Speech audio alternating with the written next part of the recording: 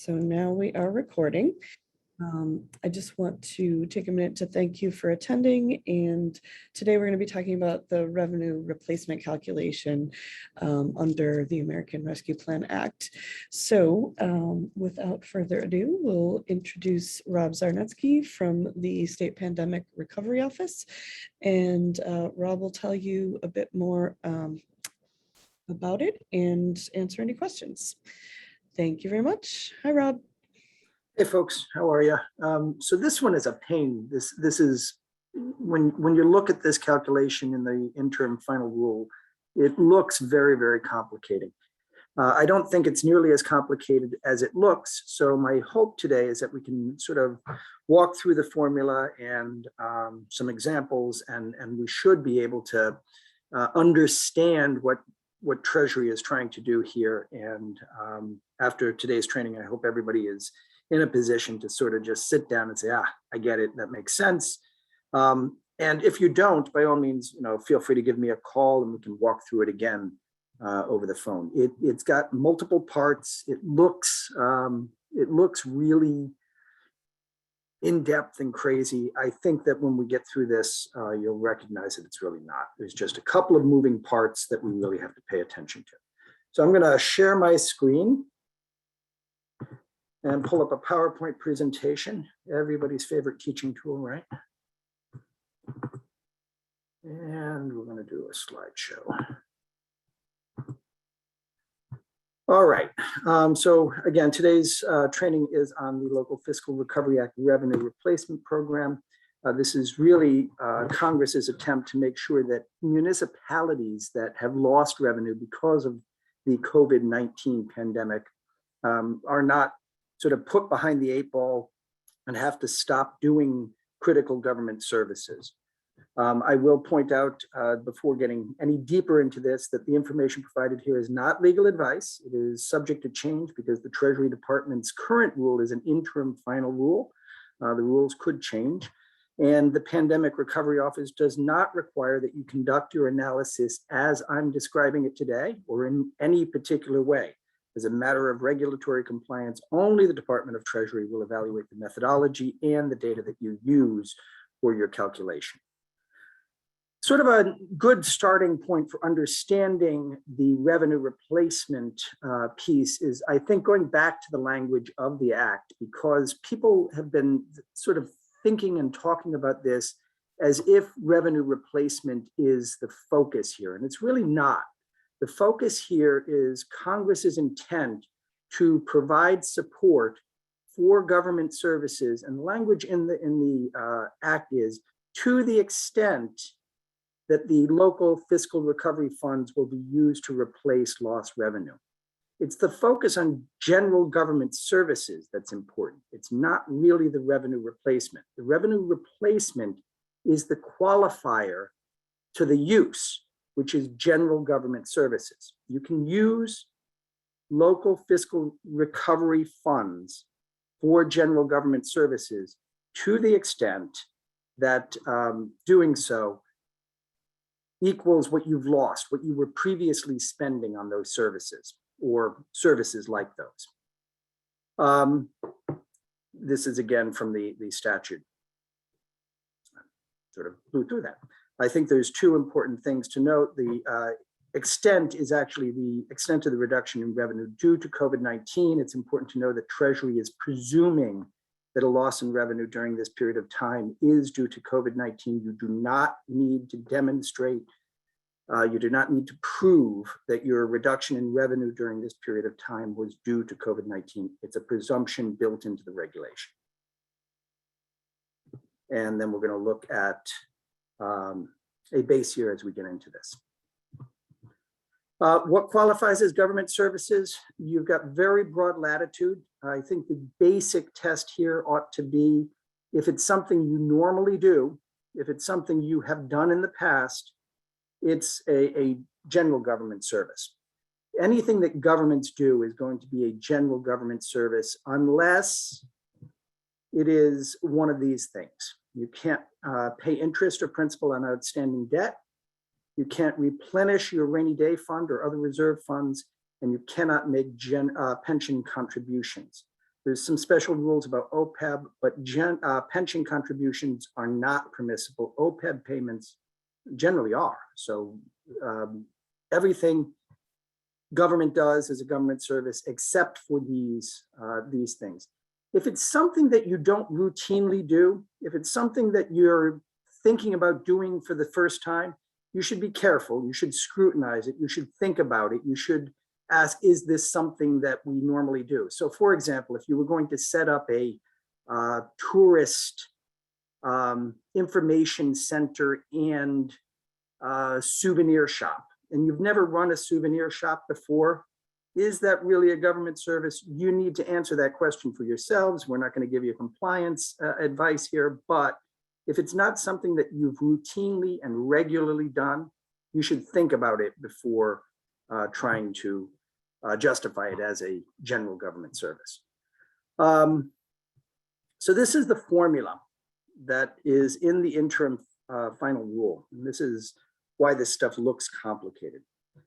We're looking at a base here, we're looking at revenue adjustment, and we're looking at your actual revenues for a period of time. There's really only two drivers here. It's the growth adjustment and the annual general revenue, the actual general revenue for 4 years, 2020, 2021, 22, and 23. We start with an analysis of your base year, which is 2019. And once you've got that base year, you're done. You're going to recalculate your actuals, but your growth adjustment is established in this first analysis point. And by the way, if anyone has questions, you can chime in at any time. There's no need for us to wait to the end. This is a long presentation, and if we do wait to the end, we're going to have a bunch of questions that are going to be disjointed. So by all means, feel free to just chime in and raise your hand, or let me know, or let Jen know, and we'll answer your question as we go. Again, this is just how the formula sort of works. It's a map. Not everybody loves flow maps, so I'm not going to spend a lot of time on it. But the logic of this formula is that we take your growth adjustment, you do a time frame sort of normalization. You look for a way to normalize fiscal years that are not standard, because we've got fiscal years that begin in July, we've got fiscal years that begin in January, we've got fiscal years across the country that could start in April or October. They've got a component here that is designed to normalize the period for the payments. And then you multiply your growth factor, which here I'm presuming is 4.1, by your fiscal year normalizer, and you end up multiplying that by your actual revenues. In the case I've got on this screen, in the case I'm going to use going forward, we're not actually showing any change in revenue from 19 to 20. And I'm doing that because I want folks to see some features about this formula. The formula presumes the national average unless you can demonstrate a revenue loss greater than the national average. Now, revenue growth across the country was on average 4.1%. Municipalities across the country on average saw 4.1% increases in their fees and their taxes and all revenue sources in the 3 years prior to the pandemic. That revenue growth adjustment is the presumption for all municipalities, unless you can demonstrate that your revenue growth was actually higher. So in fast-growing areas of the country, there may in fact be higher revenue growth. So the 4.1 may not apply to those folks. But just because you're looking at a 4% revenue growth doesn't mean that that's the entire driver, because you're also looking at a multiplier that in this case is going to generate a 5.8% reduction, not a 4.1, but a 5.8, even though we've had no actual change in the revenue from 19 to 20. So the first step really that the formula puts us through, the regulatory formula requires us to determine our revenue calculated for a base year. And the base year is always going to be June 30th, 2019, or December 31st, 2019, or in some weird cases, if you're an organization that has a different fiscal year somewhere in the country, that date. Does anybody in Rhode Island have, other than a June 30th fiscal start or fiscal end? July 1, different for anybody? East Providence, Yeah, East Providence is when, just out of curiosity? 10/31. Okay. So you're going to have to, sort of pay attention to that a little more than almost everybody else, right? Okay. I mean, it's not going to be a big deal because you're going to use the formula and the calculators that I'm going to show you in a bit, and they're just going to run that number for you. So it's not going to be awful, but just know that you are not going to be the 1.5 that I showed in the previous slide. You're going to be a different multiplier. And Situate's also got a 4-1 start. So it's not going to be either June 30th, 19 or December 31st, 19. It's going to be June 30th, October, or April in the case of Situate for the folks on this call. All right. I am hung up on my PowerPoint here, so I'm going to restart this.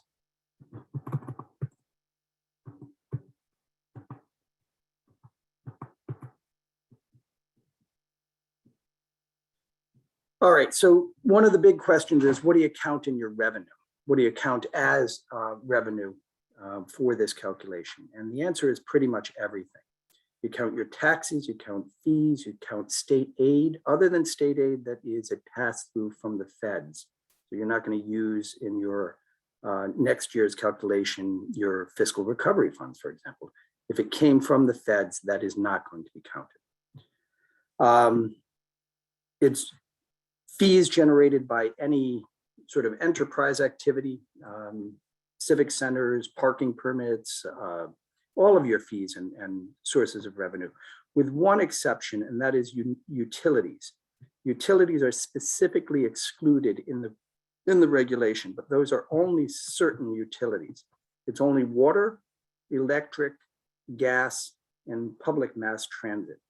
All other utility type things. So for example, if you had a downtown internet service that the town charged a fee for, that would not be water, electric, gas, or public mass transit. That would be revenue lost. If you had a downtown Wi-Fi system that merchants had been contributing to, they stopped contributing during COVID, that would be revenue that you've lost.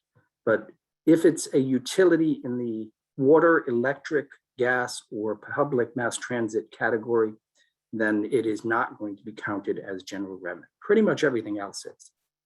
You're not going to count sort of peculiar things, proceeds from an unusual sale of land, or from the sale of land, or from judgment, or from a settlement, refunds, or correctional transactions, anything that's unusual. This is not an issue for us in Rhode Island, but government-owned liquor store revenues are also not counted as general revenue. And we've got, great. This is a handy-dandy little map that is available in the interim final rule. As part of the interim final rule, Treasury has told us, using this flow chart, exactly what should be counted as general revenue. And again, it's the utilities that are excluded. It's social insurance trust revenue, public employee retirement systems, unemployment, workers' compensation systems, and from the general government. Those are the big categories of things that are not going to be included. Intragovernmental transfers, obviously you're not counting revenue from one unit of government to another within the same government. And that's because we're using an enterprise-wide analysis of of our revenue. I'm sorry, the PowerPoint is sticking today for some reason. How do we determine the extent of a reduction is the next question. Now that we know what our revenues are, now that we've looked at our 2019 revenues, we've got a base year sum of all of the revenues from all sources except for utilities and federal transfers. Now we've got to figure out what that number looks like compared to the prior 3 years, right? We're calculating your average annual growth, because if we go back to that formula and the two things that are driving, we need to know our starting point. We need to know what the expected growth on that starting point is. And then we're going to look at the actual annual numbers after that. So to calculate your average annual revenue growth in the full 3 years prior to fiscal 19, you're going to have to get data that shows us what your change was from 2016 to 17, 17 to 18, and 18 to 19. So you're actually looking at 4 data points: the end of fiscal year 16, the end of fiscal year 17, and the end of fiscal year 18, which is going to be what we're using to compare against the number that we've got for fiscal 19. This is a screen capture from the tool that GFOA has put out. Is there anyone in the group who's not a member of GFOA? Because GFOA has done some really good training and tools in this area. So if we've got members of the league who are not GFOA, plugged into GFOA, that's important to know, because I'd like to make sure that you guys have got access to some tools. And there's more than just what GFOA has put out there. So there are other calculators that can be used. But if anyone is not GFOA plugged in, let me know and we'll work with you to figure out how to get you some tools. The important thing here is really you're just adding up all of your revenues. This is just a portion of the screen. This is a long list that scrolls down quite a bit further. But the important point here is that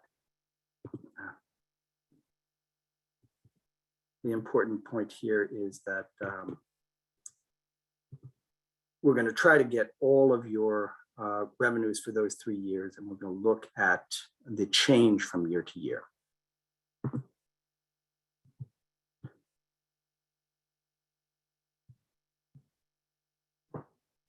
It is important to note that the Treasury regulation does not allow you to use pre-pandemic revenue projections. Sometimes folks do projections of revenue in anticipation of, well, as part of the budgeting process, just to be able to predict where they're going to be in the budget.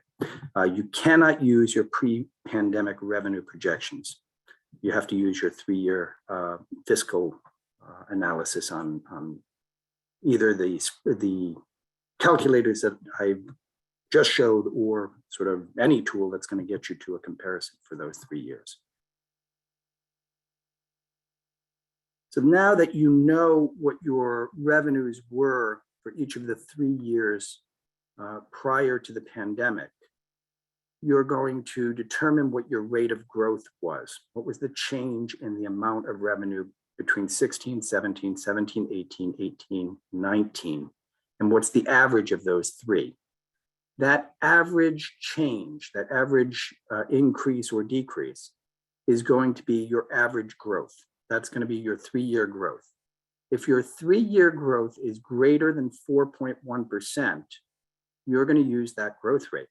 That's an actual growth rate determined by your analysis of your data. And by the way, one of the questions that often comes up is, can you rely on your own data, or do you have to go back to the Census Bureau's official data? You can rely on local data. And in fact, excuse me, Treasury expects you to use your own local data. They're not looking to sort of normalize the reporting through the Census Bureau, because there's a lot of different things that influence what gets published by the Census Bureau. You can use and should be using your local data about revenue in each of your categories.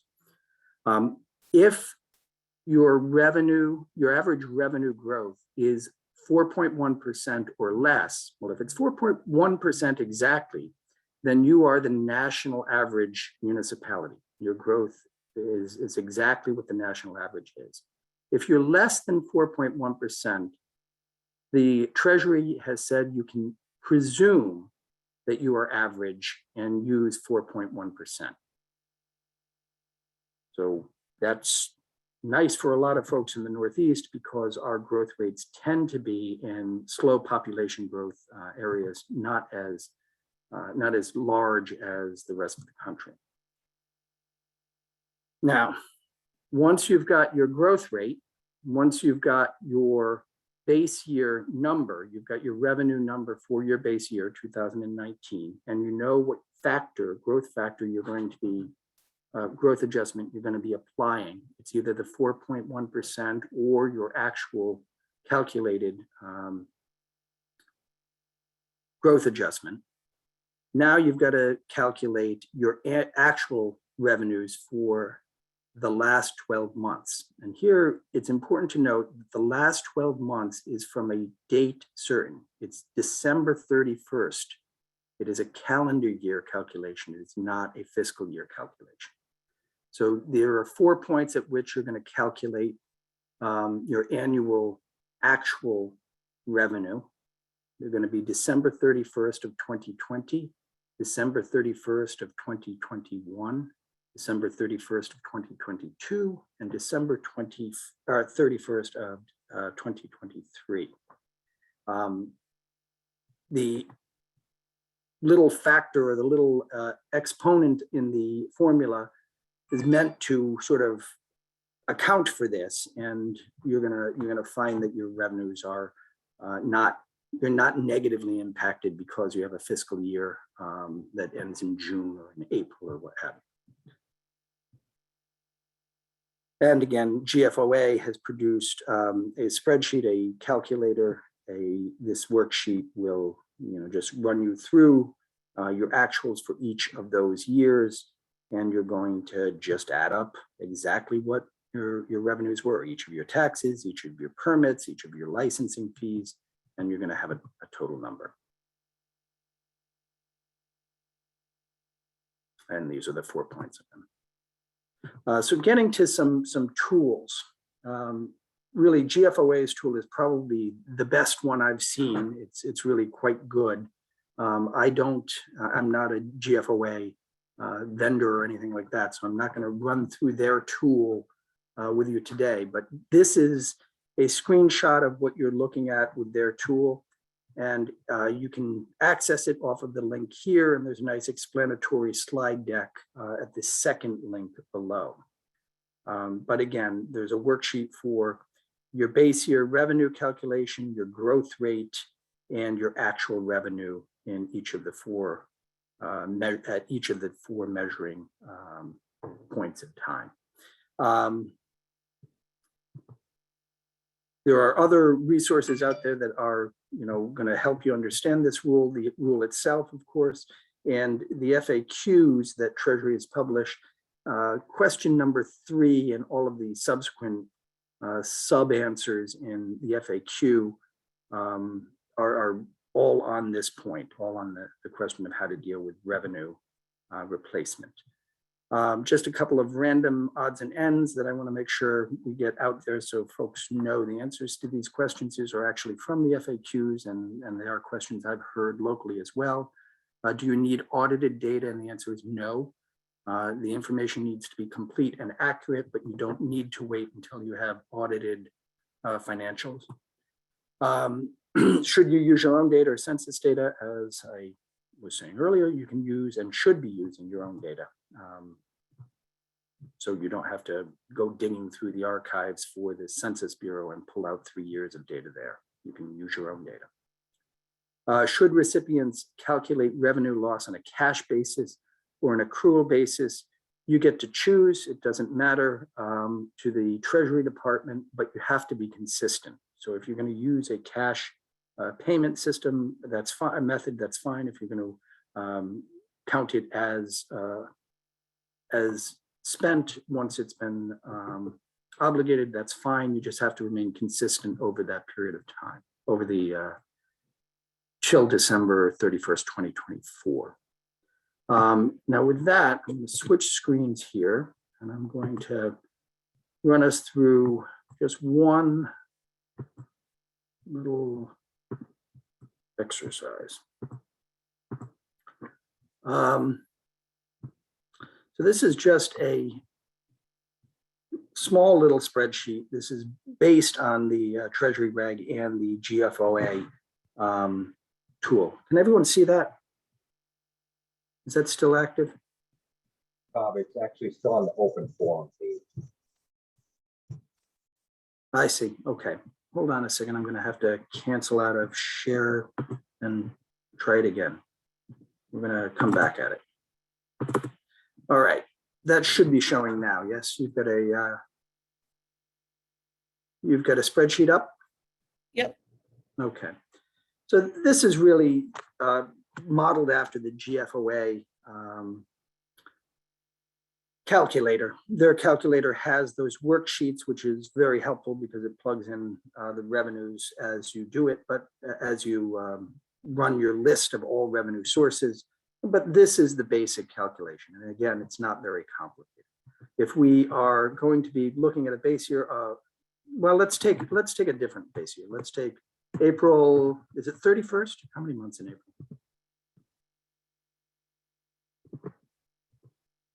No, 30 days. So we're going to put in our base year period. When did our fiscal year end? In this case, we're using Situate's fiscal year. And then we're going to look to, again, the end of 2020. So we've got 20 months instead of the 18 that most municipalities in Rhode Island are going to have for that base year calculation. We're going to assume $100 million worth of revenue. And I'm going to assume at this point that we've done our analysis of the growth over the 3 years prior to 2009 or to 2019. And we come in under 4.1%. So we're going to use a 4.1% here. And this little piece here is going to be multiplied, the 4%, going to be multiplied by our 20-month period. So we've got this factor here taking care of the difference in between April and December. Sorry. And that's going to end up giving us a counterfactual. This is what Treasury calls this. This is what you would have expected for that period of time from fiscal year 20, the fiscal year ending in April of 2019 through the beginning of that fiscal year through the December end of the calendar year 2020. You would have expected $106,926,000 worth of revenue. If your actual revenue for that period of time, and again, we're using a worksheet, whether it's the GFOA worksheet or a worksheet that you're developing yourself or any other tool, if your actual revenue was $105 million during the 12-month period from December of 19 through December of 20, if that was your actual revenue, you would have had a revenue loss of 1.8%. That would have been your reduction in revenues right there. If we go back up and let's change our actuals. Let's assume that during that 12-month period from 2019 to 2020, we only had $90 million worth of revenue. We would have had a revenue loss of 15.8%.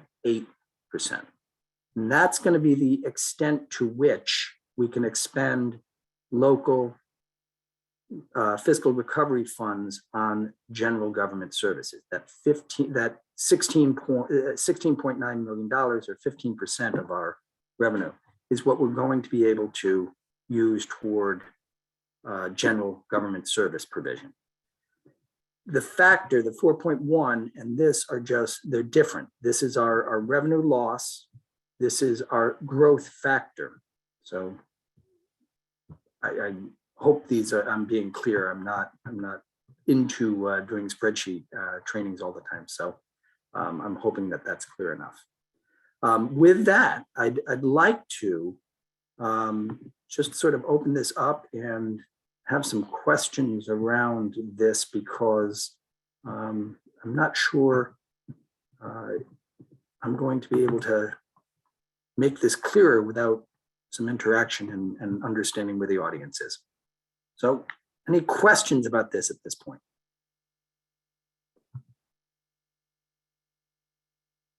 Rob, I see one in the chat from Laura in Richmond. She says Richmond is thinking of using the general fund as stated in the audit. The question is whether the state COVID money should be included as the general revenue, and whether the revenue side of detail pay should be excluded as a reimbursement outside contractor payments of expenses. Any thoughts on these two issues? So the first thing that I need to be, clear on is I can't give you compliance advice.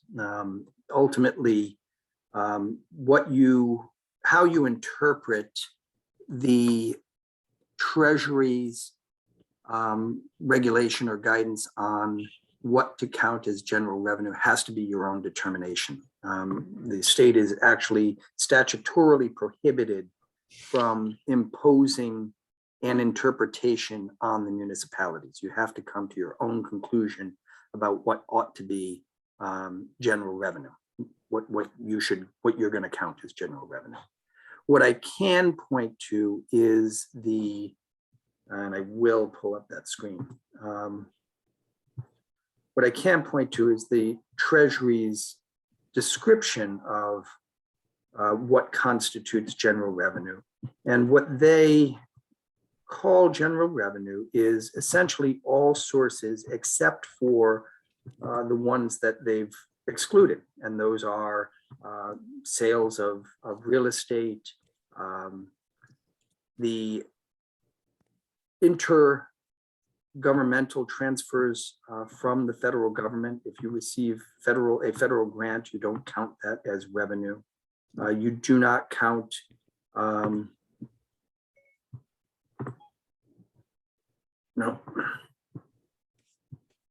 you do not count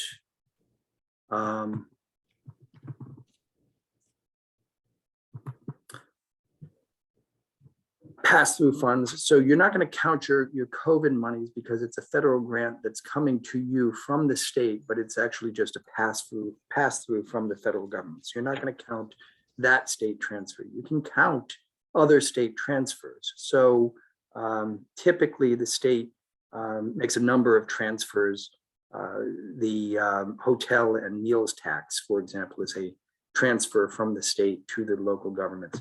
That would be counted as revenue. But a transfer that is federal in character, despite the fact that it came through the state, would not be.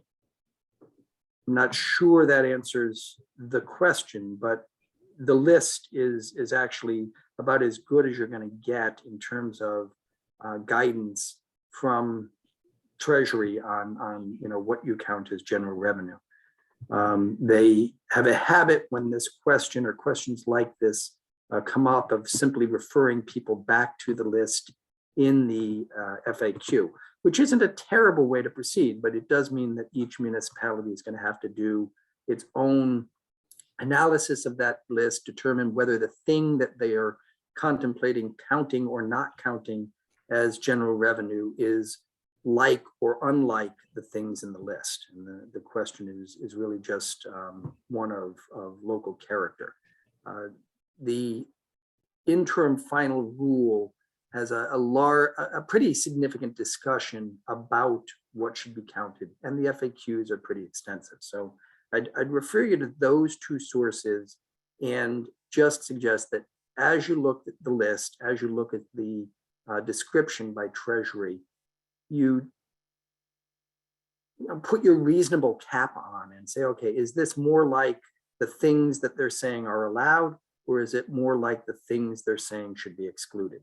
And if it's more like the things they're saying are allowed, then you should use them. Hi, this is Kathy from Barrington, and I have a question on ride reimbursement. I mean, it doesn't say it should be excluded, but we had a major project where we received a lump sum during the calendar year 2020. So that has a big impact on our Right. revenue. So ride reimbursements, if they are of a state character, are transfers, intergovernmental transfers that are not of a federal character. The question becomes, is it federal? Is it just a pass through of federal funds? So to the extent that RIDE is sending the municipality funds that are federal funds, the rule says you shouldn't be counting them. To the extent that they are state transfers to the municipality, truly state aids for education, they can be counted if those revenues declined. Well, even if they didn't, they should be counted. It's not state aid, it's projects that have been produced and you get the 45% reimbursement. I see. So no, that's an extraordinary expense. It's not like the state aid that is in the list, I would suggest. Again, I can't tell you for compliance purposes that it's not, but you've got to look at the list of things that are excluded, and real estate is one of the things that Treasury has specifically pulled out and said, you know, if you've got a special real estate deal going on and you made $1 million on it, that's not going to count. So you've got to look at those lists and sort of decide, is it more like the sale of real estate, or is it more like the hotel and meals tax revenue that is supposed to be included? You're going to have to make a determination, but I think there's pretty good guidance from Treasury on that, and I wouldn't feel too uncomfortable about making a determination about that one. I think you're going to be okay if you, again, just are documenting your rationale for it being like the things that are excluded. Thank you.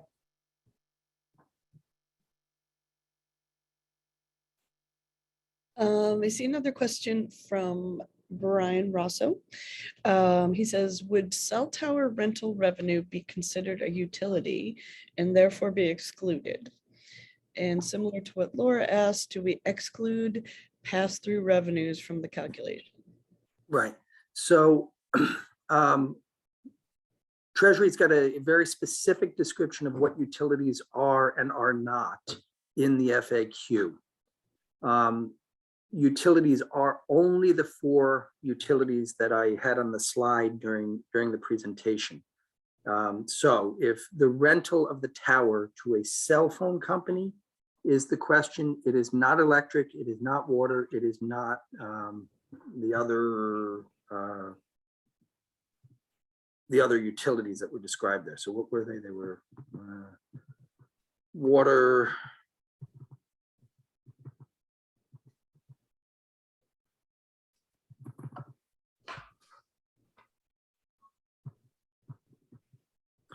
electric, gas, and mass transit. Cell phones are neither of those. So again, you've got to make the determination for yourself. We can't give you the guidance that you know is going to make it safe for you to tell Treasury, well, the state told us we could do this. But the analysis is this more like the utilities that are explicitly excluded or not? And in this case, you know, it's a cell phone, it's not electric, and it's not water or transit. So you document it, you explain what it is, but if it's a revenue source that you're relying on, have been relying on, and it's not one of the excluded utilities, you can count it, I would suggest. A question from Kristen Benoit. Do wastewater user fees fall under the category of water? So again, compliance questions, and I hate to be repeating this, but this is sort of where this legislation puts the state and the municipalities. Each of these determinations really does have to be made locally. because the circumstances are different. And they may not be that different from, Rhode Island community to Rhode Island community, but they are they're hugely different between, the water wealthy Northeast and the water poor Southwest. So, the relationships and the legal characterizations of water services and water utilities in the West is different than it is here. So Treasury has left it to the local governments to determine whether or not those fees are more like the utilities that are excluded by the regulation or not. Wastewater fees are not water fees, right? I mean, the water utility that is specifically excluded is not necessarily the same as the sewage utility that is associated with those fees. But you're going to have to make that determination for yourselves. I'm happy to talk to you more about that because that one's worth researching.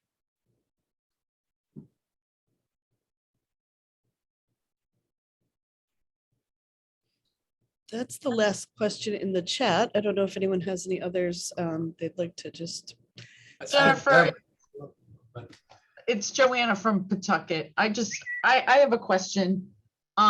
Since Robert isn't able to answer very specific questions that a bunch of us, a bunch of people in the call have, are we, as the League of Cities and Towns, or in conjunction with, I can see, the Auditor General's office is on this call as well, thinking about doing some kind of something for the state of Rhode Island, and all of us, we all have the same questions, we all have the same issues, and whether or not from the league perspective, if forming a working group that looks into these specific things.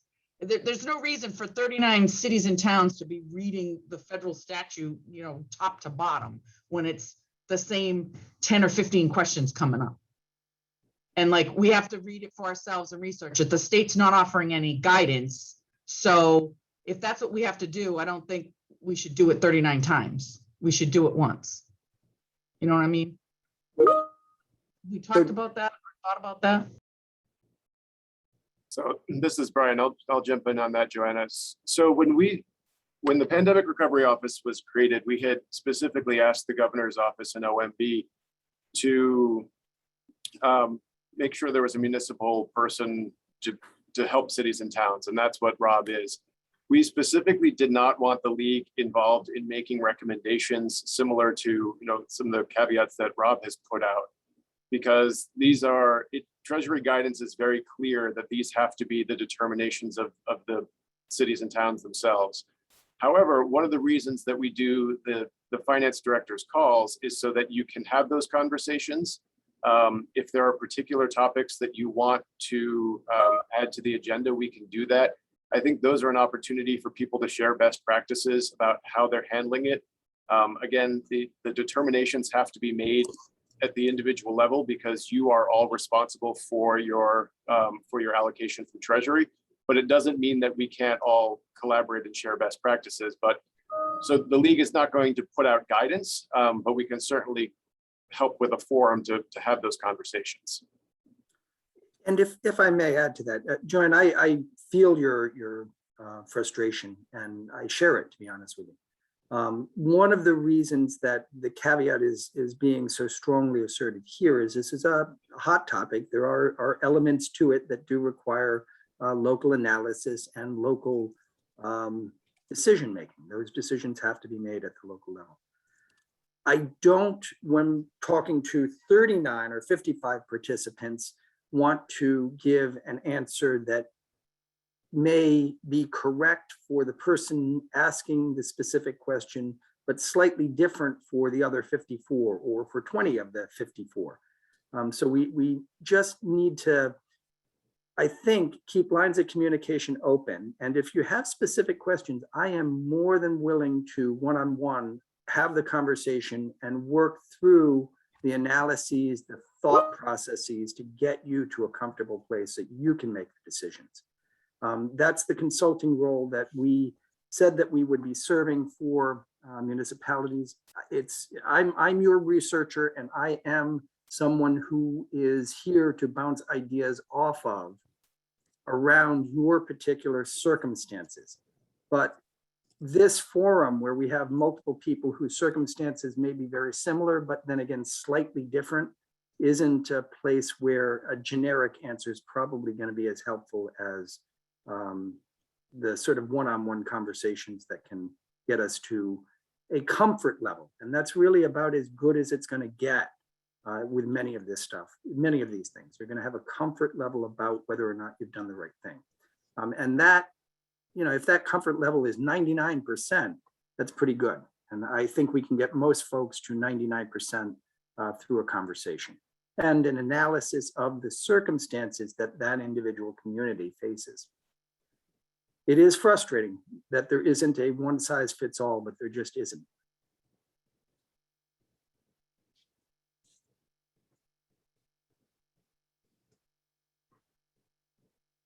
Other questions? A question for Rob here, or someone else in the group. Curious, Rob, if a community has projects in mind that fall within the eligible uses, can they take a combination approach and use reduction of revenue calculation to allocate some of the funds? And I see you nodding, okay. and Yeah. do those projects, or is it one or the other? I didn't know if those tracks were mutually exclusive. They're not mutually exclusive at all. And again, I think that's why it's important to think about what this is really all about. You can use some of your local fiscal recovery funds for the provision of government services to the extent that, you know, the formula cranks out a number that you can apply.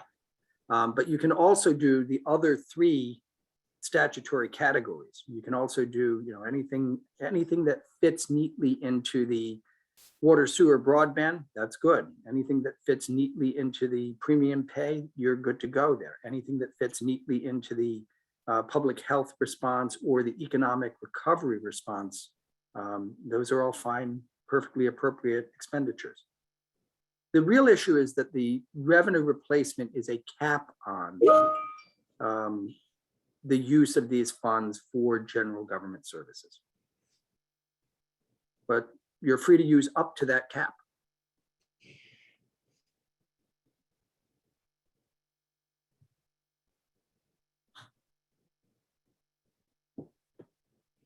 Anyone else?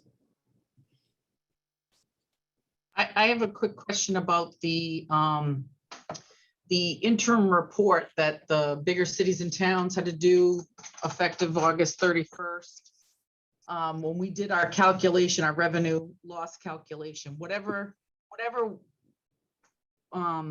was done on that whatever the number was that we reported to them, is that, how do I say this?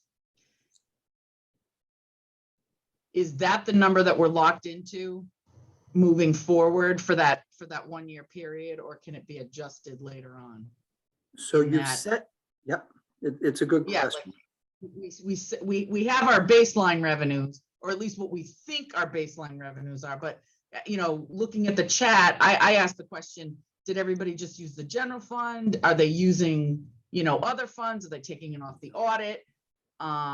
You know, I had somebody telling me we should be taking it off of the GASB 34 statement, the statement of activities versus just the general fund. So I understand, based on what you had said earlier, that as long you can kind of take it from wherever you want, as long as you're consistent and you use that same methodology moving forward. But Right. So we you're would not, want to take most advantage we can. And I haven't figured out what that is yet. right. So the rule doesn't say that you have to only count as general revenue that which you put into any particular fund. You can look at all of your revenue sources, wherever they are going, including enterprise accounts, other than the utilities that are explicitly excluded. And you can count those as general revenue. So if you had an account that was committed to the funding of a municipal court, for example, and those revenues declined, you would count those as lost revenue, even though they don't come through the general fund, the way I've just hypothesized that example. You look at your total revenue across the entire enterprise, not just one particular fund. And in fact, one of the things that you can't do is sort of cherry pick. You can't keep the good accounts, the ones that actually had lots of revenue coming, from your calculation. You should be counting all of your revenue from all sources, except for those that are excluded. And again, those that are excluded are the federal intergovernmental transfers, the utilities, and the others on the slide that I had in the deck. And we'll get the deck out to you. But you're not tied to general fund necessarily. And again, what goes into the general fund is going to be a matter of local preference and local practice. I see a couple more things in the chat. The revenue loss does not apply to the county share, correct? Yes, is the answer. The revenue loss at this point, I'm still going back and forth with Treasury, because in my view, Congress's intent was to make sure that the Southern New England states that do not have county governments were not put at a disadvantage relative to all of the other governments, local governments in the country. And all of the other local governments where you have a county and a municipality are going to be able to use that calculation against county revenues and that calculation against local revenues. So far, I'm not getting anywhere with that argument. And it appears that the controlling idea, the controlling principle is that the county revenues are unusual revenues. They're not, they're extraordinary revenues. We don't normally see them in Rhode Island municipalities. So they're not going to be counted. They are a federal transfer to the local government. They're excluded from general revenue. And we don't have any prior years experience with county revenue, because we don't get county revenue. We didn't have county revenue at the end of fiscal year 16 or at the end of fiscal year 17 or 18. So there's no way to calculate the actual reduction. So right now, the answer is we are not going to be able to apply this tool to the county share revenues. Now, that having been said, I do think that it's likely that an interpretation that says the county funds should be treated as if they were a unit, as if the county monies were coming to a subsidiary unit of the municipality, and therefore should be available for the purpose of meeting any unmet loss. If your loss of revenue was 8% and your NEU monies are only getting you to 5% or 6%, the counties could make up that, the county funds could be used to make up that difference. I'm not there yet. I can't give you guidance on this because you're going to ultimately have to make that determination for yourselves. But I think that that's a fruitful line of inquiry. I think that the funds are coming to the municipality. This is what the reporting guidance from Treasury suggests. This is what the FAQ description of general fund and of what constitutes a government suggests. There's a lot of reasons to think that if you have excess loss that isn't covered by your NEU, then you can use your county share funds for that purpose, for making up that difference. Okay, Kelly asks, is everyone excluding the federal funds the state paid to the municipalities to replace the motor vehicle phase out funding? I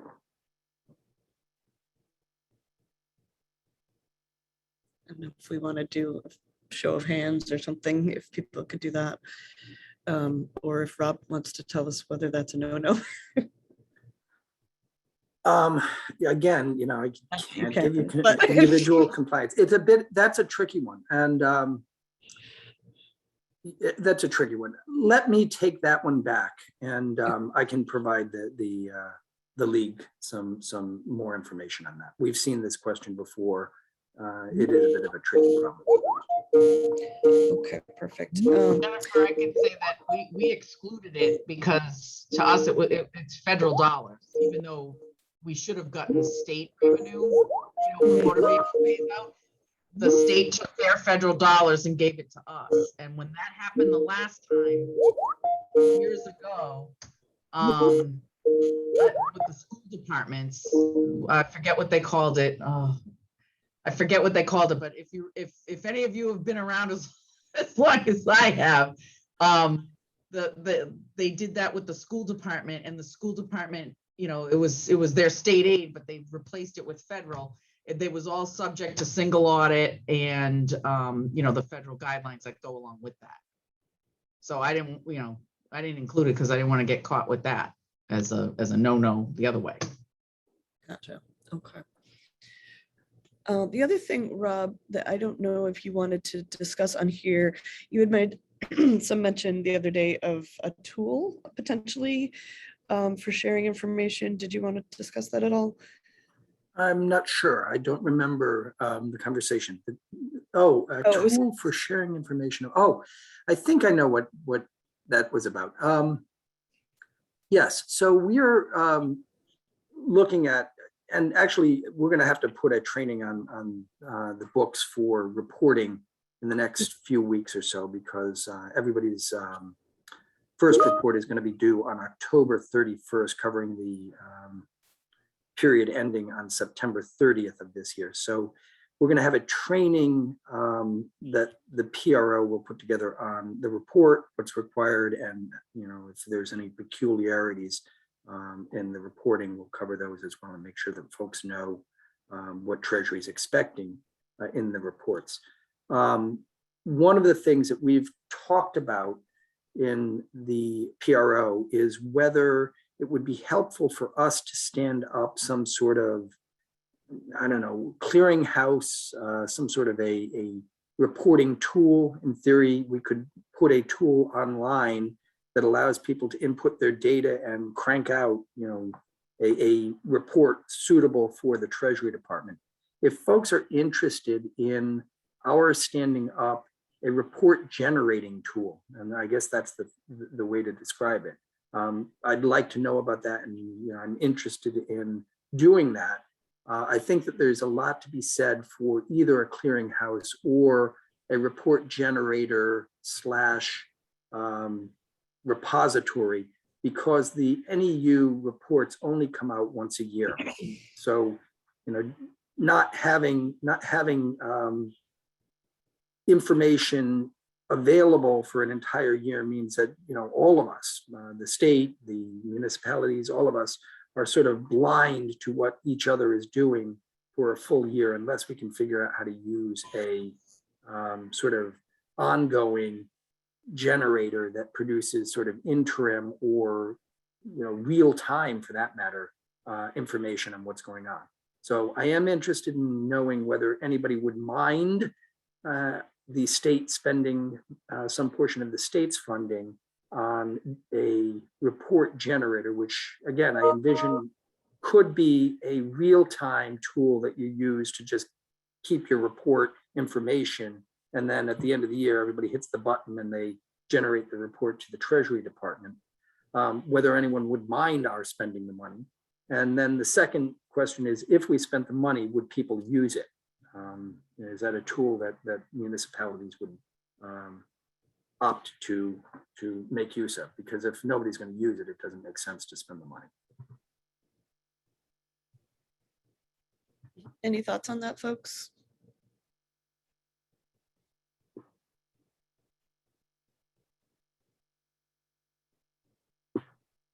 I mean, I guess it depends on what that's going to look like and how much extra work that is for us to input into that. Would be my initial thought, but I don't know. Yeah, if it's not easy, it's not worth doing. I think you're exactly right. but the reports are not particularly, they're not necessarily going to be particularly difficult to keep track of and generate. So I'm going to spend a little bit more time on this. And if anyone is interested in such a tool, let me know. Send me an email or just give me a call, and I'll have a report back to the league in the next week or so about where I think we are on that. And we can figure out whether it makes sense to proceed. Okay, I see one more question, and then I think our time is coming to an end. Laura asks, can each year's revenue loss be used individually, or will it become cumulative over the 3 years? If we identify the revenue loss in year 1, can we then not do the calculation for the remaining years? So your rate of growth is set in the calculation based on your base year and the 3 years prior to that, right? Or your 16, 17, 17, 18, 18, 19 growth rates are your growth rate for the duration of the period. Those don't change. Your December 31st, 12-month actual analysis has to be done every year. That has to be done in 20, 21, 22, and 23. Your growth rate is fixed. Your either presumed growth rate of 4.1% or your actual growth rate for the period is fixed, but your actual revenues and therefore your loss is determined each year, right? So you're going to figure out what your actual revenue was in 22 or 23. Let's take 23. You're going to do your analysis in 23. You're going to add up all of your revenues for 23. And then you're going to compare that to what your expected 23 revenues would have been. And that is your base year plus the growth rate for those, it would be 3 years, right? 23. But my question would become, say your growth rate in general was your 4.1. Yep. Because we didn't meet it. But in year 2, you exceeded 4.1. So your revenue actually grew more than the 4.1. Do I have to subtract Nope. the difference from the prior year? So if in year 1, I have identified a loss equal to my local share between the 4.1 and what I lost, I won't have to then net it against year 2 or year 3 if I had growth above the 4.1. Right. So you could, in theory, have a year. So again, your growth rate is set at the outset. Your growth rate is either the 4.1 or whatever it was for your base year. And again, the idea is that you set the trajectory. You know what you should have been in 2020, December of 2023, in theory, in this model. The model tells you what your number should be in 2023. You can calculate that number today. We know what your target for December 2020 was. We actually know the actual now. We know what your target for 2021 is, December of 2021. We know what your target is for 2022, and we know what your target is for December of 2023. Those are fixed. Now, you could have a year in which your growth is higher than the 4.1, and you're not going to have any revenue loss, right? Because you had more revenue than, but that's the point. You're only going to be able to use it to the extent that it's necessary, to the extent that you have a revenue loss that doesn't comport with what your expectation was going to be, what your expectation was in 2019. But it's on a year-to-year basis. It's not going to be, I had a loss in 20, I'm going to call it a gain in 21 and a gain in 22. So my loss in 20 is netted. Right. So hold on, I'm gonna pull up a thing here. Let's see if I can pull this.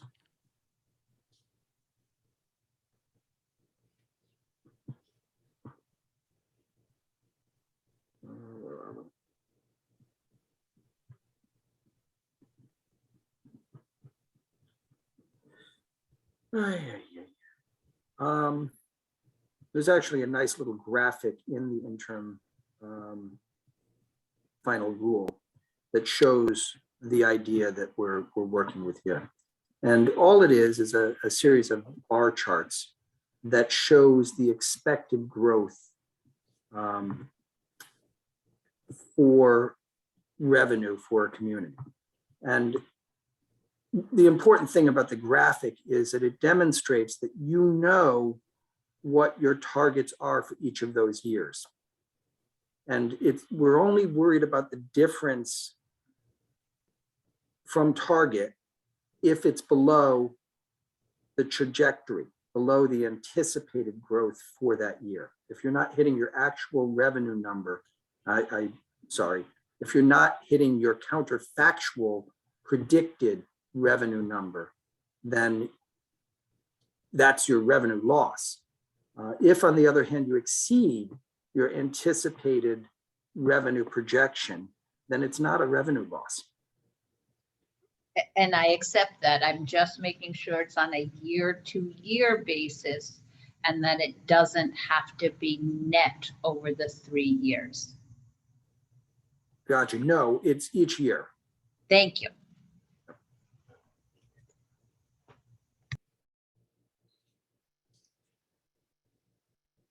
Okay, I do believe that that has answered all the questions we have in the chat. I know Rob is always generous with his invitations to email him or call him with other questions, so I think we will need to leave it at that for now. I have recorded this training, so if anyone knows of anyone of your colleagues that would like to see it and has not been able to attend, I'm going to be downloading and posting this on our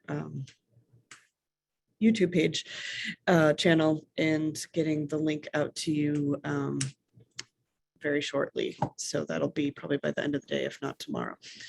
All right. Well, thank you to Rob very much for walking through a somewhat confusing but helpful, confusing problem, but a helpful talk that you gave.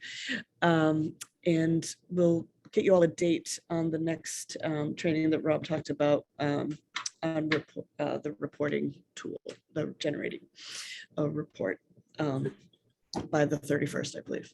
Rob, did you have anything else? Just one last thing. Folks, by all means, do feel free to just give me a call. I mean, it is so much easier to work through individual questions and individual challenges when we can talk about the particulars and sort of figure out the context. So please don't hesitate to call or email. All right, perfect. Thank you so much. Thanks for attending, everyone, and thank you, Rob. Be well.